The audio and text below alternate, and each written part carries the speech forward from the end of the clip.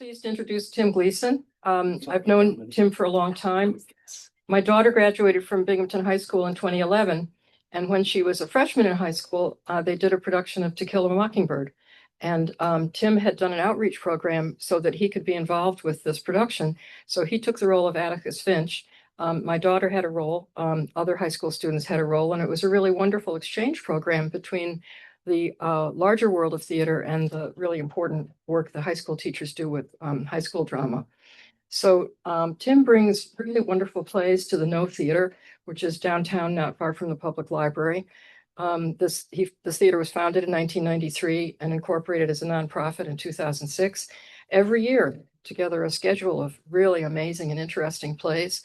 Sometimes they have equity actors, but he's also built a wonderful, thriving community of theater lovers to both be actors and also people helping behind the scenes and helping out this nonprofit in a variety of ways. And it's a really wonderful asset to our community. So I'm really pleased that he was able to come and share some of the work he does to increase to bring the world of theater here to us in Binghamton. So thank you. Well, that covers it. Thanks for coming.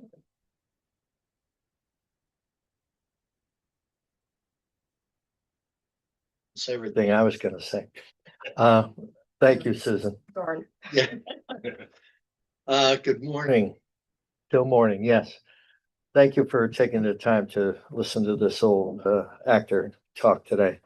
I'm very flattered and feeling blessed to be here. As per the introduction by Miss Thornton, I met her through her daughter, who played Mayella Ewell. That much of all the characters, there's two people in that, well, three counting myself, that I could name, and she was one of them.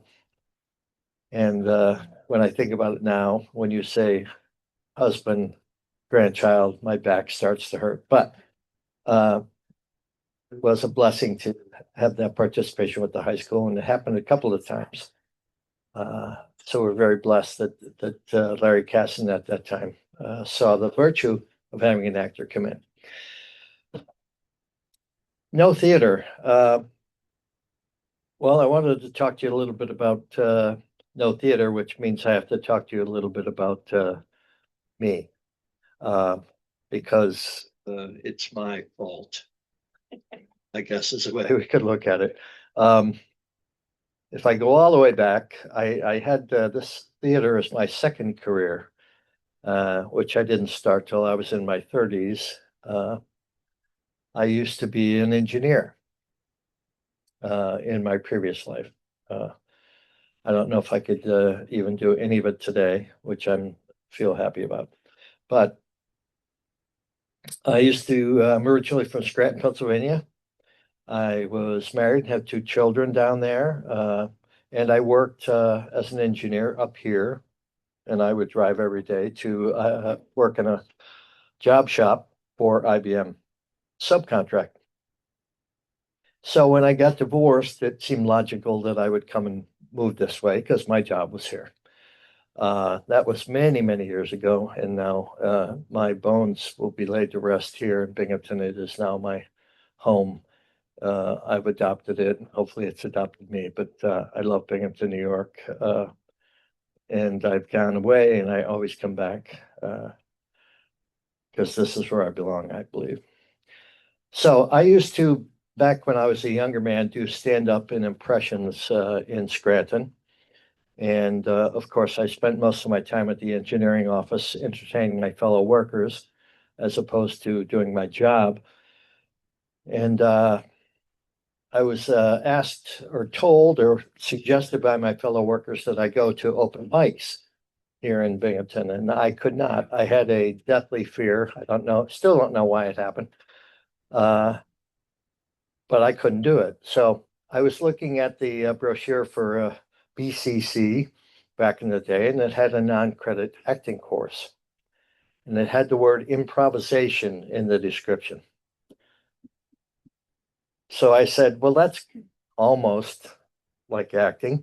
Perhaps that can help me get over the hump and I can get back in front of the microphone and do my impressions, all of which now are dead, and nobody in this generation would know who the heck I was doing, if it was good or bad. Yeah, this group would probably recognize that. Yeah, yes, an audience that I should card at the door. How old are you? Okay, fine. Yeah. Yes, exactly. The youth of today wouldn't know half of them. So I took that class, and it didn't do its job as far as that was concerned. I still had fear. But my teacher, who's still my mentor to this day, was a woman named Shirley Cawthron. And she offered the first class, and actually the final exam or the final night was to be, she handed out slips of paper to everyone. And she said, now on this piece of paper, there's someone that you have to present to us. Come back into this class next week for the final class, and you have to show us by voice, body language, or what you say who this is. I happened to pick out someone I did an impersonation of. And I was like, what's going on here? Is this a setup? Why is this happening? When it came my turn, I stood in front of the class and I couldn't speak. I froze. And Shirley was standing in the back of the room, and she said, go ahead. And I was like, I can't. So she went over to the light switch in the room, and she said, I'm going to turn off the lights. And when I put them back on, you will do it. And I was like, so she did. She went over to the light switch, and bang, here we are, me, say 7 to 10 other students sitting in the pitch black, and then she flicked it back on. And I did it. And everyone immediately knew who it was, and it was wonderful. And I said, okay, now I'm fixed. That didn't happen at all. But as fate would have it, Shirley had another class that followed on the heels of this class, which was like a step closer to being an actor. I said, well, she has shown me that she's some kind of Svengali. So I took that class, and next thing I know, at the end of that class, she goes, well, the college is having auditions for a play. And I said, I don't want to be in a play. She goes, well, yeah, to audition, you have to get up in front of the audience, in the auditors, and that will be your way to break down this wall you have, and then you can go wherever the heck you want. So I go, I audition, I get cast, and the rest is history. I went into a play, and from that point on, I had the bug, and I was in like every play for I don't know how many semesters in a row. He found space because I was an adult, Mr. Angelo Zuccolo. Didn't have many adults come through there, so he loaded me up like a pack mule with any play that needed a male that was like a man. I fit the bill. As far as acting, I don't want to talk about it, but I continued through there, went back into his classes at night that I could attend while working, and did all those that I could. I ran them dry. And then I got the bug very badly, and decided that there was a show that I thought Mr. Zuccolo should present. And I went to him, and it was Tennessee Williams' Night of the Iguana. Simple, easy play. Yeah. So still to this day. But and I sat down with him, and I had it all cast with my fellow classmates and classmates that had come and gone, but were still in the area. I said, Denise could be this, and Dave could be that, and he just said, I don't think I want to do that. And I said, well, it's really good. We got, you have all the actors. You'd be a great director. I'll be the lead. Started early. I'll be the lead actor. And he just said, if you really want to do it, you should do it yourself. And we both laughed. And I walked away, and that started sinking in. And I said, well, maybe he's right. So I wanted to play this play because it was, T. Lawrence Shannon, if you know the play at all, is a defrocked minister who drinks a lot and loves to chase young women. Now, why I wanted to play that part, I have a very good idea. But so forward we marched, and I gathered a group of people together and talked to all the people I had pointed out to Mr. Zuccolo, and they all said yes. And someone whispered in my ear that if you go to the church downtown, they will let you use their space. I said, where? And they said, well, it's right on Court Street. It said many names. No, it's not First Congregational. Yes, which is now the landmark. Was something else back in the day. So Yeah. I said, okay. So I went up to the side door and I knocked, and within a half hour, the woman handed me a key, which I thought was bizarre. I still do. Having never seen me before, she gave me a key to their church and just said, make sure you put the lights out when you go. And if there's bags outside that people leave here, just make sure they go put them in the back room. They're probably clothing or something for us to pass on. I was like, all right. So they have a small loft theater there. It's up behind the organs. If you've never been in a church, beautiful little space. They bought brand new chairs for us that all lock together that look somewhat like these. They all hook together, and they bought 80 new chairs. And on we went with Night of the Iguana. And that was the beginning of No Theater. We had a modicum of success. I wouldn't say, that the world shuddered, but it lit a spark in all of us. The 8 of us, the original 8, as I call them. And if you look at our logo, there it is. It's your last job. There's a feather. And I'll tell you the feather story because it's kind of ties into a building we're sitting in and standing in right now.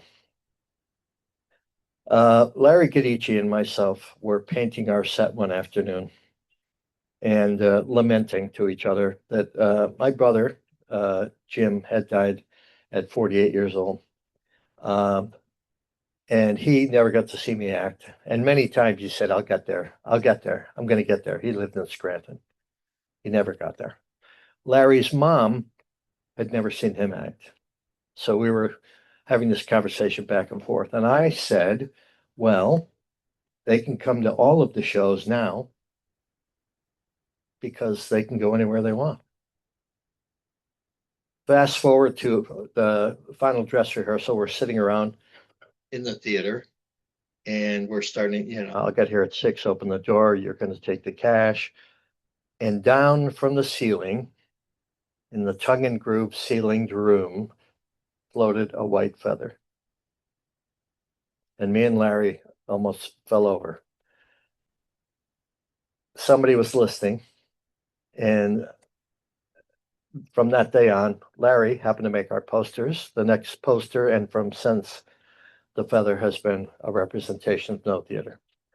Because there is no accident that we are standing in a church today. And as Amanda alluded to, if you look up here, you'll see all of the places where we have been. A lot of them are churches. And I don't think that was an accident. Looking back, the older and wiser I've gotten, there was no accident in that. Where are we? There, I think that's the first church over there. Then we went to St. Mary's. We were in Christ Church. Took a little stop up to the psych center when we left the church, and people were amazed that I got on and off that campus daily without being stopped. And there's one extra church there, which ties me into Barbara Gargis. No Theater did not appear, only in the sense that I did, in Centenary Shenango Church, which was Michelle Tully, Michelle Harder, came to me with a show, which if you guys have any sparks of young folk here that would like to do a beautiful play about Christ's life, It's called Cotton Patch Gospel. It's about the story of Jesus' life as if he was born in the South. A slave owner translated the Bible into vernacular that his slaves could understand so he could teach them about God. And Michelle came to me with the script and said, I think you could do this. And I said, I can never do that. And she goes, I think you can do that. I said, I don't think I can. And she convinced me I could do it. It's a musical. I played 21 parts. Wow. That's what I said, ma'am. And there was a three-piece bluegrass band because it's a musical. Well, it started out as a stage play, and then Harry Chapin, who we all know and love, I'm sure you know that name, he went and saw the play and said, well, I could turn this into a musical. And he wrote original songs, and they inserted them into the show and made it a musical. I never knew that. Yes. Yes. No, and I love Harry. God rest his soul. When I was going to school, and he was in the Rathskeller talking to all the students. I mean, that's just the kind of guy. Like a regular, yes. House, and he performed there. Yes. And that he wrote this music that if you were to ever see the show, you would never know that it wasn't written with the songs in it already. Beautiful, but I'm not a musical theater variety kind of guy. And they had a lovely woman there that we were just talking about, me and this young lady here, by the name of Barbara Gargis, who played piano and music throughout a bunch of churches. You were listing off churches. And that young lady sat with me and went through every song and every note to give me confidence to go forward. So that's why that church appears there. But there's no coincidence that we have gone from church to church to church. Firstly, people who attend churches, I think, have an open heart and mind. I saw, go in here and be in that room because we're going to be feeding the public today. So there's a sense of community already built into churches. Why they would trust an actor was beyond me. But we made our way from church to church to church. And when we couldn't get a church, Denise Smith, who started the company, worked up on the campus of the Psych Center. And she said, there's a big theater up here that is doing nothing. So we talked to them, and the state owns it. So we had no fee. We bought insurance, and we used that for a few years. Now, you'll see PS Restaurant there. Now, why is that there? As long as we're in church and we're having confessions, or at least I am. I am an alcoholic. I'm in recovery for 29 years now. I used to go to meetings before that was 99. It was 99 Court Street, and we used to have AA meetings there.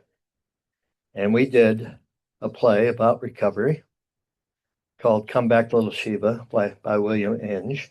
And we did it in that little tiny room.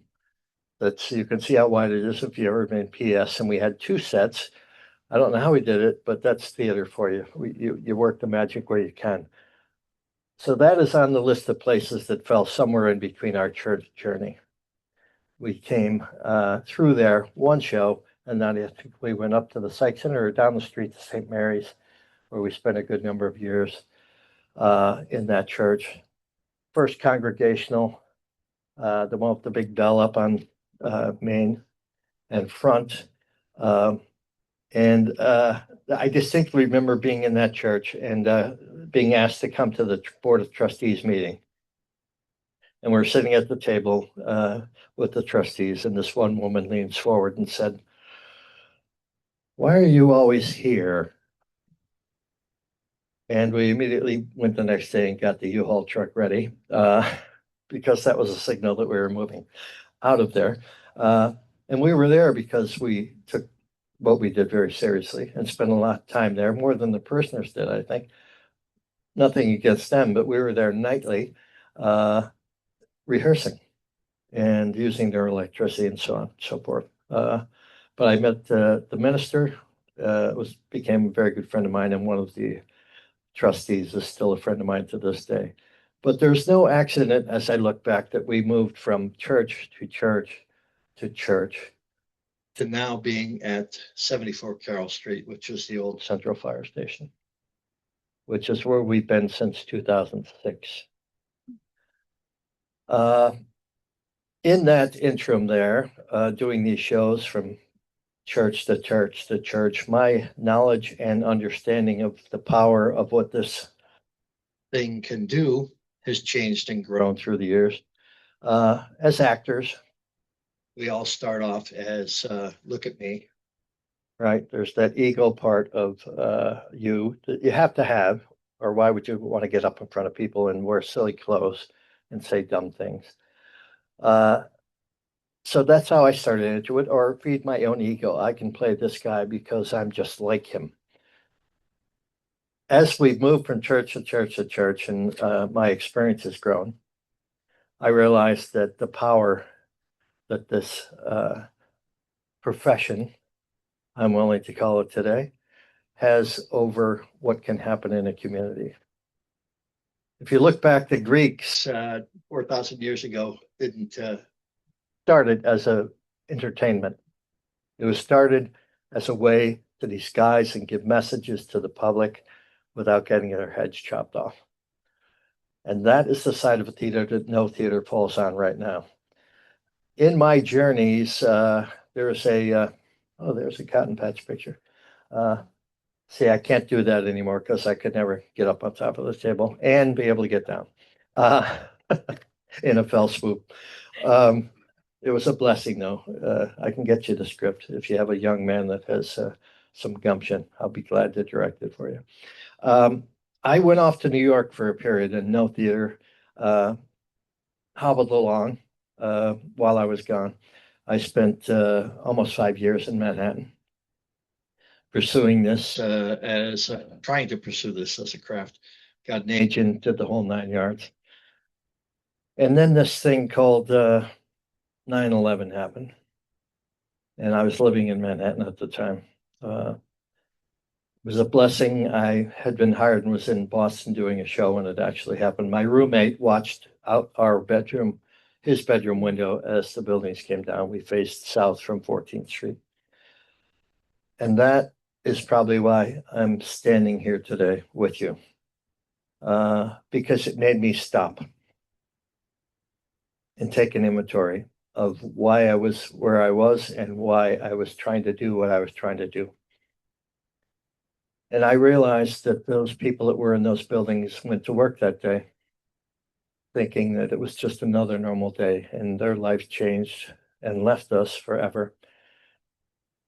And that struck me as an actor that that could happen to any one of us at any given time. So I went to my roommate and said, in 2002, we were just rolling up September.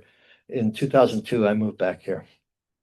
Now, I knew then that we could not be go from church to church to church type of theater company and do what I wanted to do. So I sat the original 8 down and I said, we have to get serious about this. And made a list. Part of that list was finding our own space. I wanted the space to be intimate and compact. If you go into no theater, you'll notice that that's what it is. That was on purpose because the shows I saw in New York that were affordable to see, for one thing, so backwards lesson, were in rooms no bigger than this.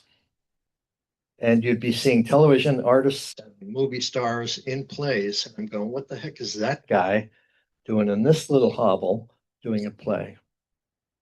Little did I know that they were doing the actual work of what makes us hungry to do this thing, which is to try and change and affect and really do the work of listening and connecting with our fellow actors. So that size at no theater, if you go in, it's not, that's the best they could do. It's no, that's where exactly where we want it to be in the size theater we have. We have 63 seats.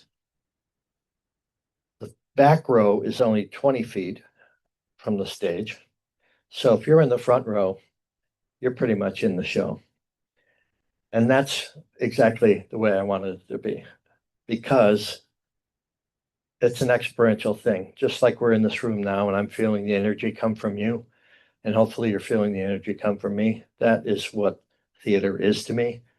It's an opportunity to interact and to exchange ideas and feelings with my fellow citizens of the world.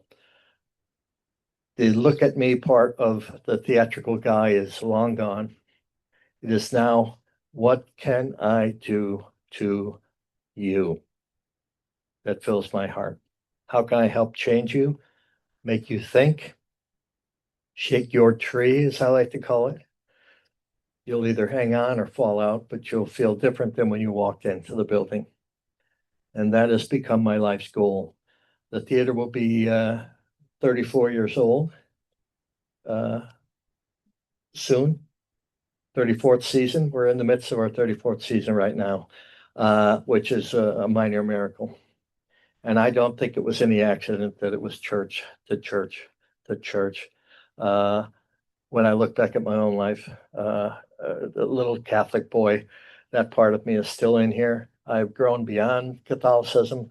And that's not an insult to that church by any means. It's just that I know it's bigger than that.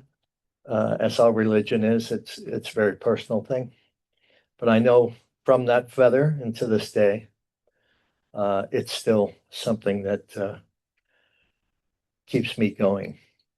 And the kind of theater and shows I pick now are shows that will make an audience sit up and look. You can see I've done everything from Tennessee Williams, Vieux Carré, Visiting Mr. Green, a simple story about two people who disliked and hated each other, one being forced on the other by the law because they hit the old man with their car, that turns into a loving relationship by the end.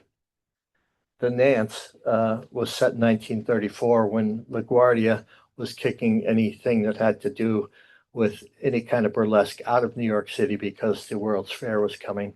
It looks at the story of a man who got caught up in that, a gay man. Dutchman, which is now being made into a movie, which expands on the story. A young white girl lures the attentions of a young black man until he lets his guard down, and then she murders him on the subway train. We did talkbacks with that one after every show. And because it brought forth things that you don't necessarily want to think about. But that's what I think the theater does or can do. There was some amazing conversation. To be truthful, the first show we did, I had a policeman, plain clothes, in the audience, just in case. I sent him home after that. Didn't need him. It opened dialogue. We talked. Powerful, powerful show written by Amir Baraka. Is his African name. But that's the kind of things. Carry On a Young Offense is two men. Just recently, you can see there, just 3 years ago. About two men on death row. And it just talks about even at that level, at that evil a person, you're still at the bottom line a person and can feel and think and have emotions. And this play looks at that. Not to mention, if you look at any one of these, the acting challenge that I put forth to the people who come to work there, and Susan pointed out, thankfully, that I've had the opportunity to try and poison the well water with that. It's not just an opportunity to be seen, it's an opportunity to have the power to change the people that come to see you in these shows. Now, did that happen to me overnight? No. Well, in a sense it did, because all it took was one time to have someone come up to me after a show. I wish I could remember who it was, but it was a woman. And we did a show about father-daughter relations. And she came up to me after the show and she said, I'm going to go home tonight and I'm going to call my daughter. And I haven't talked to her in 4 years. But what you did up there on the stage today touched something in me where I'm going to go home and reach out to her. Now, if you don't like seeing grown men cry, you should leave right now. That changed me and the way I look at this thing that we do, because that is my goal now. Make that phone call, get angry. If somebody comes up to me and says, I hated that play, I'm happy. Because to get the hate, you have to get scales out, don't you? You don't just go there. You have to say, I was in, okay, now I hate it. My job is done. You have moved off your center. Even to hate is a victory for a theater performer. And I try and instill that in every actor that I've worked with. And that has been a blessing to me as a person that has happened. I've had the great honor for the past 27, this is my 27th year, I think, working with what used to be called the Kennedy Center American College Theater Festival, which is now called the American College Theater Festival due to reasons I won't talk about, but it has strong association with the Kennedy Center. And I'm reaching in my pocket, and this is not vanity. It's more pride, humility at the same time. I was awarded the Kennedy Center Golden Medallion in 2017 for my work with the Kennedy Center and passing on education to college students about this thing we do. It's one of my most prized possessions. And shortly after I got it back to the theater, I went to put it on a shelf and I dropped it. And it has a gouge in it. And that makes it perfectly mine now because I have gouges in me. So I guess that was powers that be way of showing me that you can have faults and be scarred and get hurt and still do good. So I brought that to show the Nick more than anything else. And I try and do that today. I've taught locally here. I've gotten kids into Tisch School of Theater, and I approach it the same way. I tell them that if you lead these classes and become a librarian, you will be a better person by what you learn in this room if you stay open to it.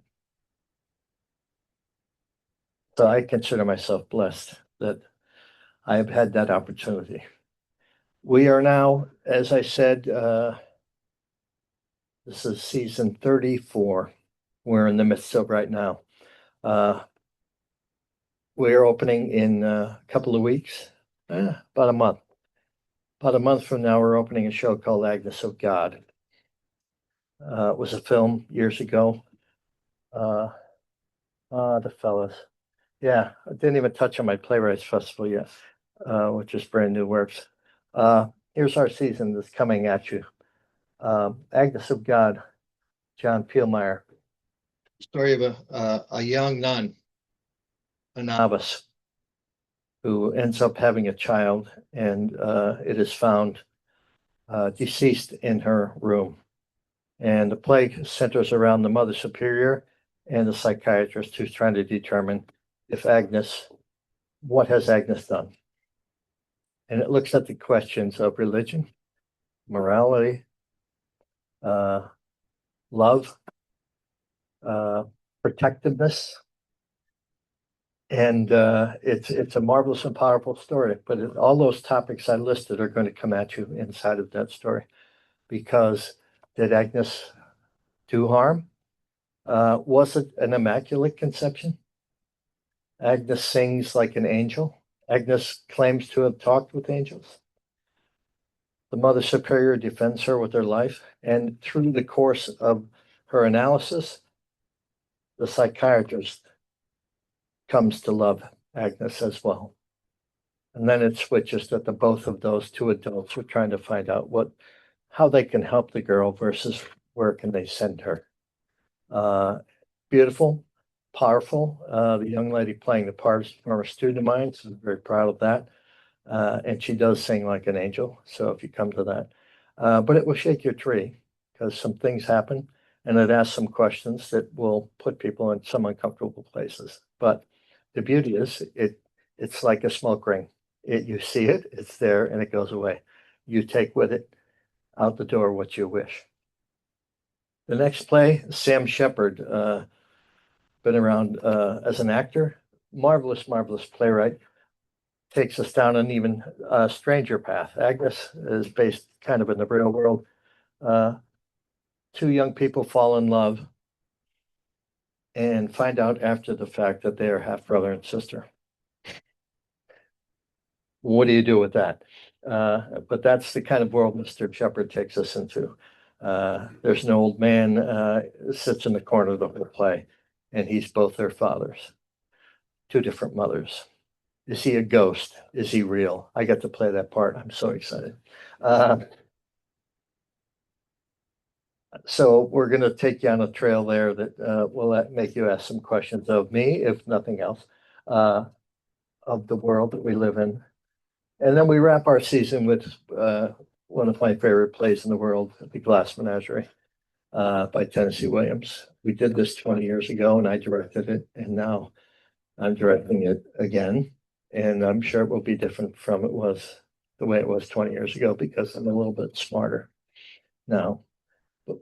But you'll see the different flavors that we throw at you. The paint is not all one color. You'll be hit by different colors of paint, nostalgic memories, loss. If you know anything about Mr. Williams, this parallels his life with his sister, the guilt he felt because he left her at home and her mother had a frontal lobotomy done on her. And he felt guilty for the rest of his life that had happened because he wasn't there to stop. So if you want to learn about Mr. Williams, if you go to that play, anything that comes out of Tom's mouth, the son, is actually Mr. Williams himself, who is my favorite playwright. But we don't stop. I am not locked on any one play. If I read it and it moves me, there's a good chance it'll get produced, simply because I feel my job now is to reach out to the citizens of this city.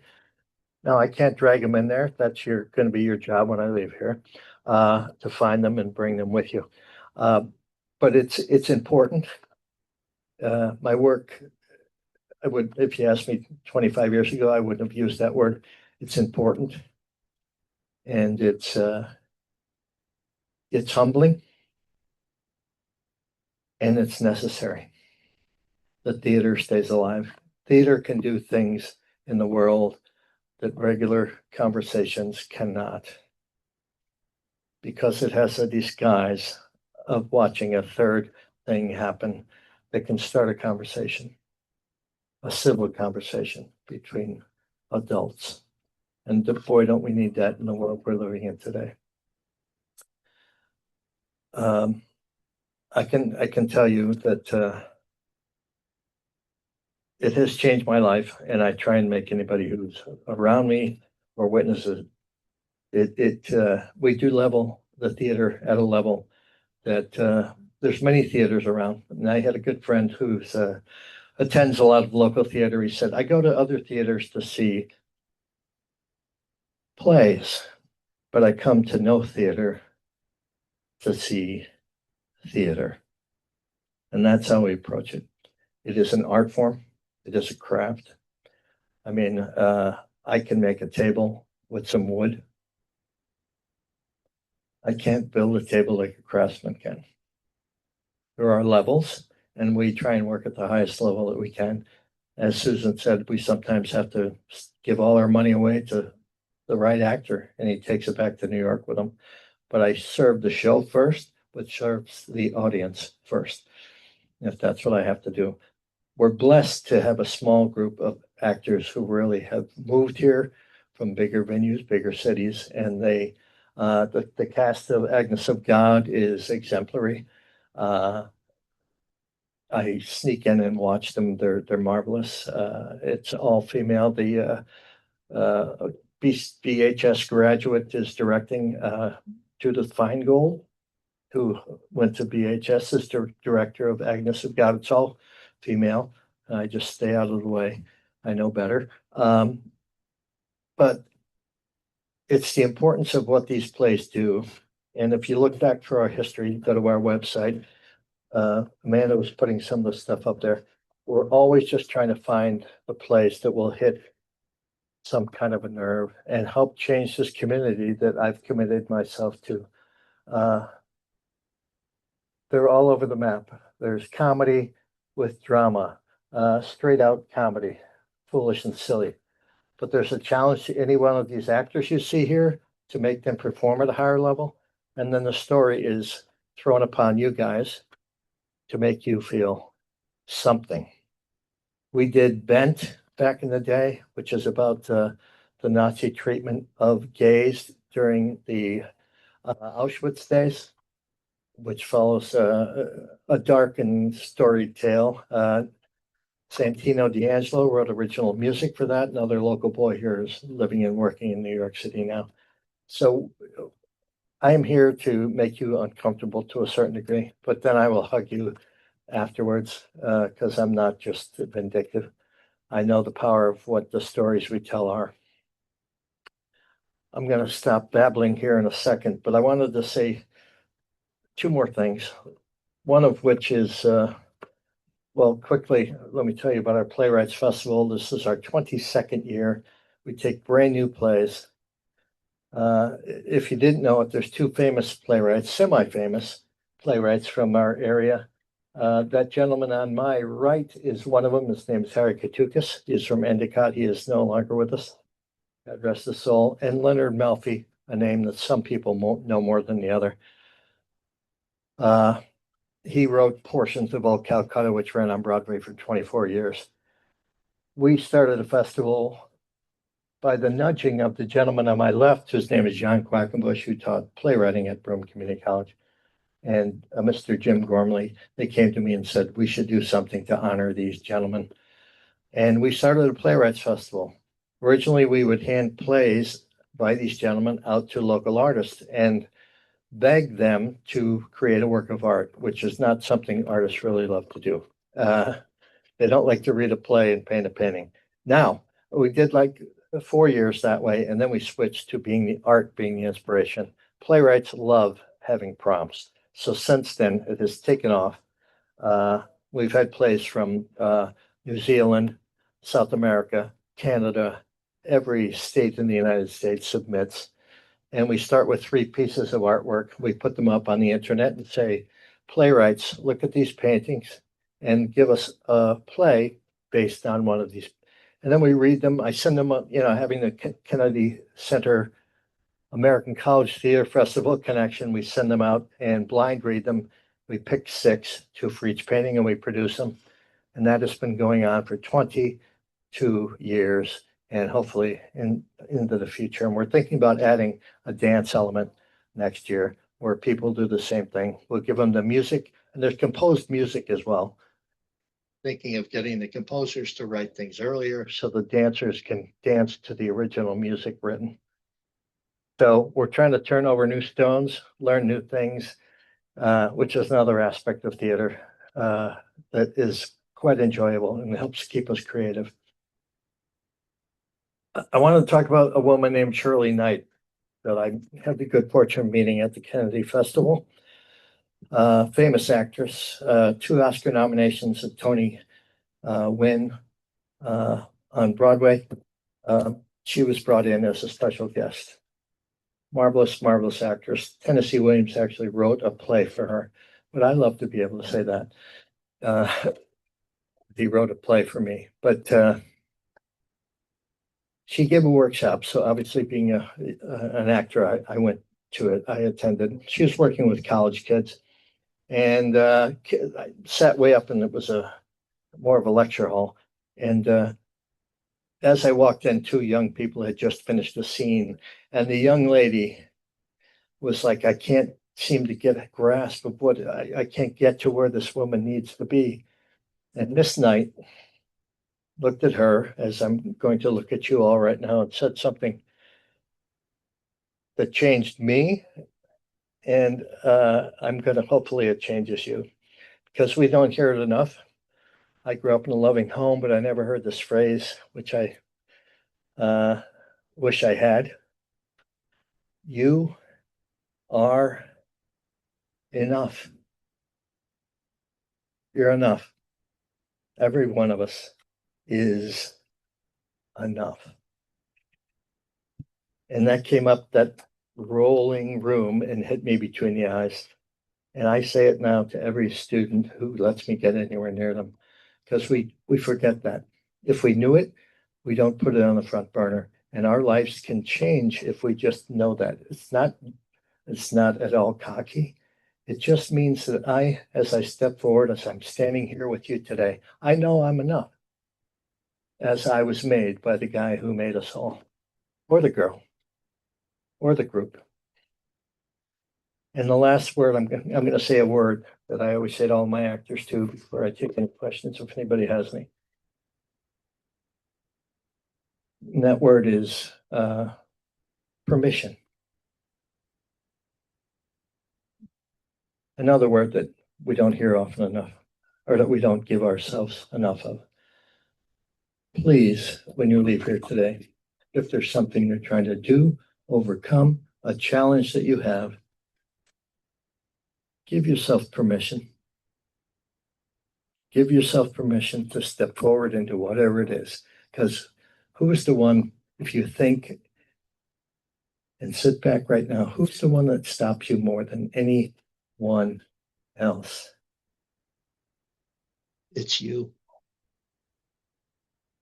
And it's worldwide. It goes far beyond theater, but why do we do that? So reach back and give yourself permission. I know it's been what's kept me from doing many things in my life because I didn't give myself permission. I do now, and I know I'm enough now, and that's how I march in the world. I thank you for giving me the time today. If you have any questions, I'm more than happy to answer anything about anything I can. Otherwise, thank you. Thank you. Okay. Am I free to go? Still? Sir. How do you go about choosing the repertoire for the movie? Good question, sir.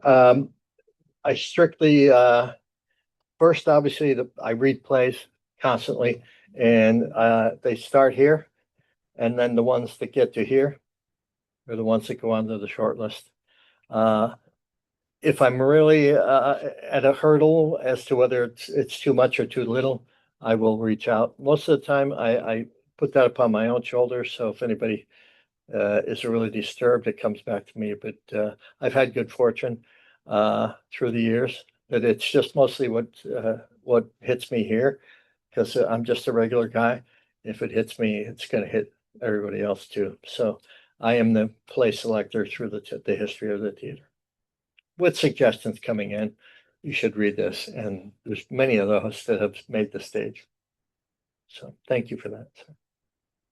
That it? Thanks again. My pleasure. Thank you, folks, for taking the time. Thank you, Susan, for having me here. Yeah, it's been a treat.